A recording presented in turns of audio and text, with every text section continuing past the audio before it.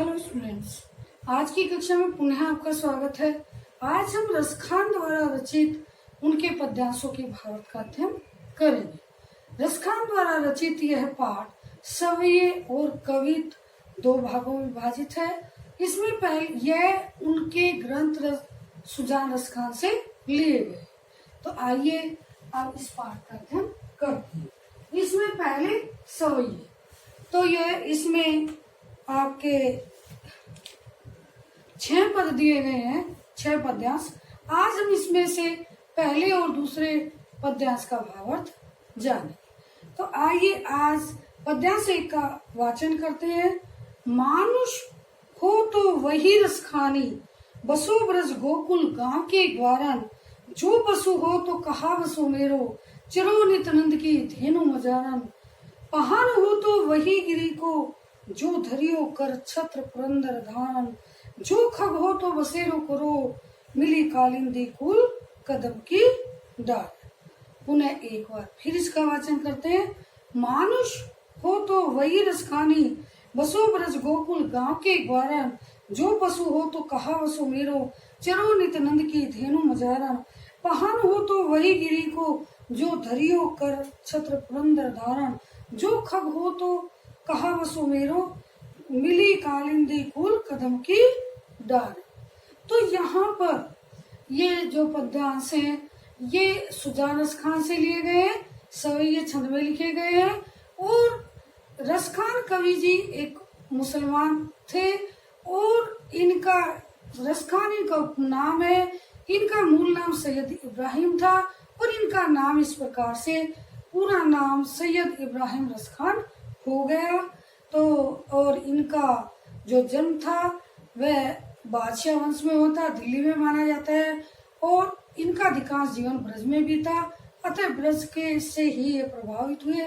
विठलनाथ के ये शिष्य थे, उन्होंने इन्हें दीक्षा दी। और ये उनका जो पद्यांश है, ये सभी पद्यांश बड़े आसान और श्री कृष्ण की भक्ति में लीन थे। ये श्री कृष्ण की हर चीज को अपनाना चाहते थे।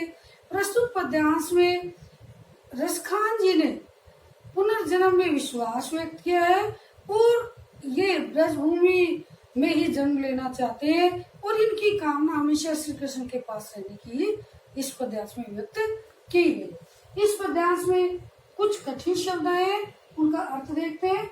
मानुष माने मनुष्य, ग्वारन माने ग्वाले, धेनु गाय, मझारन माने मध्य में, पहाड़ माने पत्थर, पुरंदर माने इंद्र, खग माने पक्षी, गिरी माने पर्वत, बसेरो करो माने निवास करूं, कालिंदी कुल माने यमुना नदी का किनारा, दारन माने डाल पर शाखा।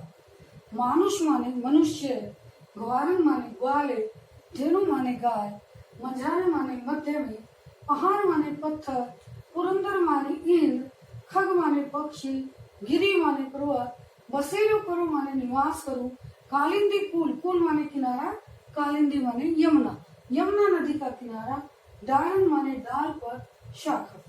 आइए इसके भावार्थ को जानते हैं। मानुष हो तो वही रसखानी, बसो ब्रज गोकुल गांव के ग्वारन। जो पशु हो तो कहा बसो मेरो, चरो नित्यानंद की धेनु मजारन। प्रस्तुत पंक्तियों में रसखान कवि जी भगवान से कहते हैं कि हे प्रभु, यदि अगले जन्म में मेरा जन्म मनुष्य योनि में हो, अर्थात मैं मनुष्य बनूं, तो मेरी यह कामना है कि मेरा जन्म ब्रज और गोकुल के गांव के ब्रज और गोकुल के गांव के ग्वालों के बीच ही मैं रहूं। यही मेरी इच्छा, अर्थात मेरा जन्म वहीं पर हो। जो पशु हो तो कहा बसो मेरो, और हे प्रभु, यदि मेरा जन्म पशु योनि में हो तो मेरी यह मनोकामना है, मेरी यह मन की इच्छा है कि मैं बाबानंद की गायों के बीच में ही चराया जाऊं। पहाड़ हूं तो वही गिरी को, और यदि मैं पत्थर बनूं तो मेरी यह कामना है कि मैं उसी पर्वत का, गिरी माने पर्वत, उसी पर्वत का पत्थर बनूं जो धरियो कर छत्र पुरंदर धारा, जिसे भगवान श्री कृष्ण जी ने इंद्र से रक्षा करने के लिए, वर्षा से गोकुल वासियों की रक्षा करने के लिए अपने हाथ में छत्र छाते के रूप में धारण किया था। जो खग हो तो बसेरो करो, और यदि मैं पक्षी बनूं तो मेरी यह इच्छा है, मिली कालिंदी कुल कदम की डारन, कि मेरा निवास यमुना नदी के किनारे कदम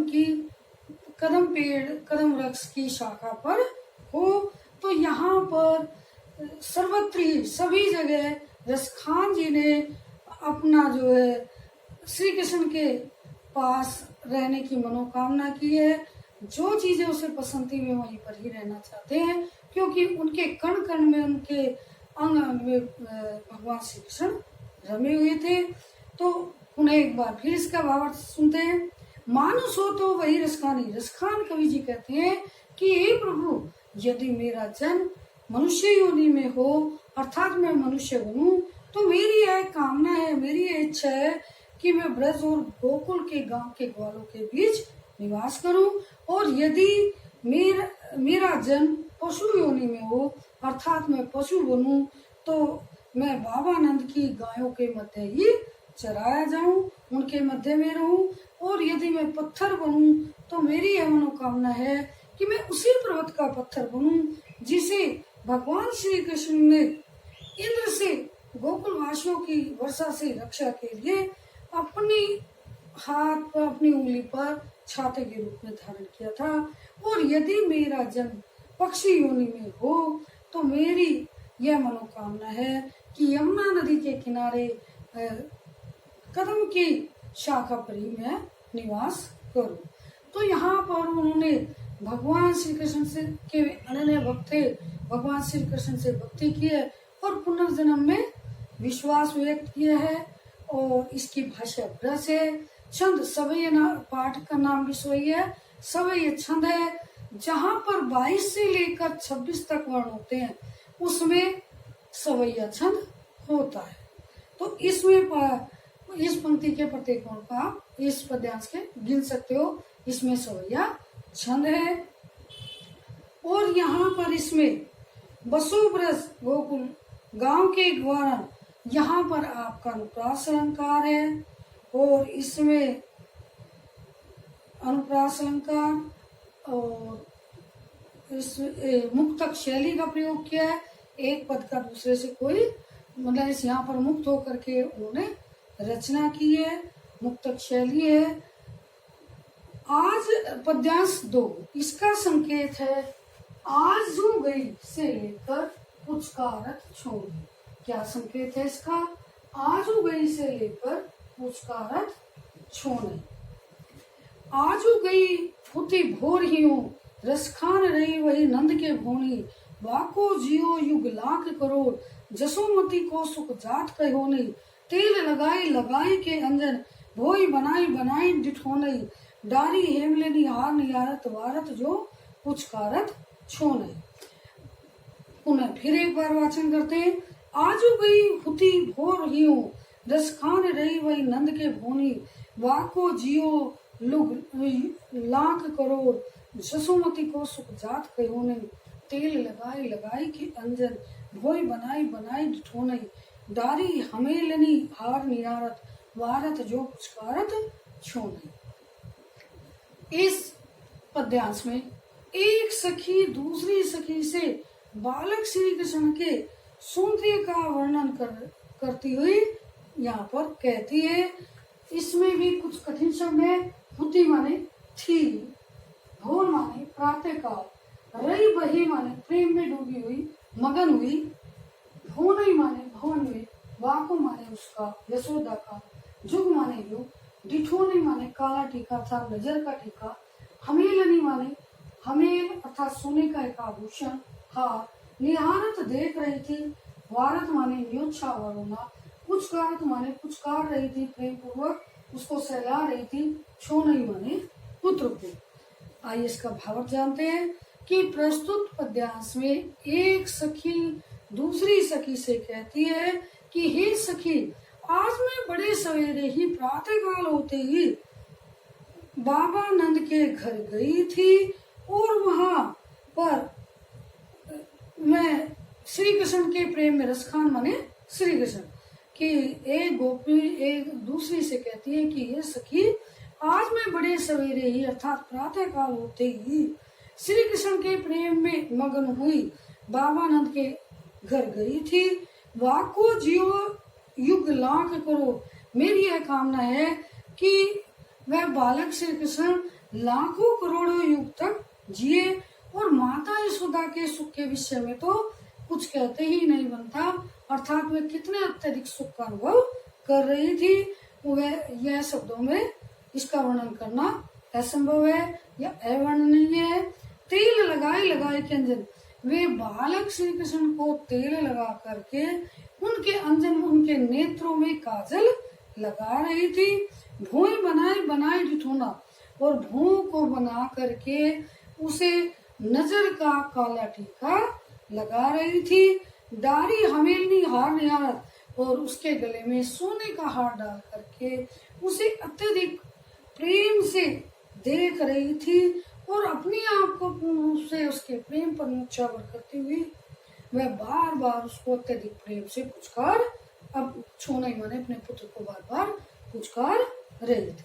तो एक सखी दूसरी से कहती है, बालक श्री कृष्ण के बाल सौंदर्य का बड़ा मनोहारी चित्रण किया गया कि हे सखी, आज मैं प्रातः काल बड़े सवेरे ही बाबानंद के घर बालक श्री कृष्ण के प्रेम में मग्न होती हुई बड़े सवेरे गई थी। मेरी यह कामना है कि यह उनका सुंदर बालक लाखों करोड़ों युग तक जिए। और माता यशोदा के सुख के विषय में तो कुछ कहा ही नहीं जा सकता, वे कितने अत्यधिक सुख का अनुभव कर रही थी, यह अवर्णनीय है। वे बालक श्री कृष्ण को तेल लगा रही थी और उनके नेत्रों में काजल लगा रही थी। वे उनकी भौएं बना करके उनके काला नजर का टीका लगा रही थी और उन्होंने उसके गले में सोने का एक हार डाल करके वे उस पर अपने आप को न्योछावर करके उसकी सुंदरता पर बार बार अत्यधिक प्रेम के साथ अपने पुत्र को पुचकार रही थी। यहाँ पर भाषा ब्रज है, शैली मुक्तक है और इसमें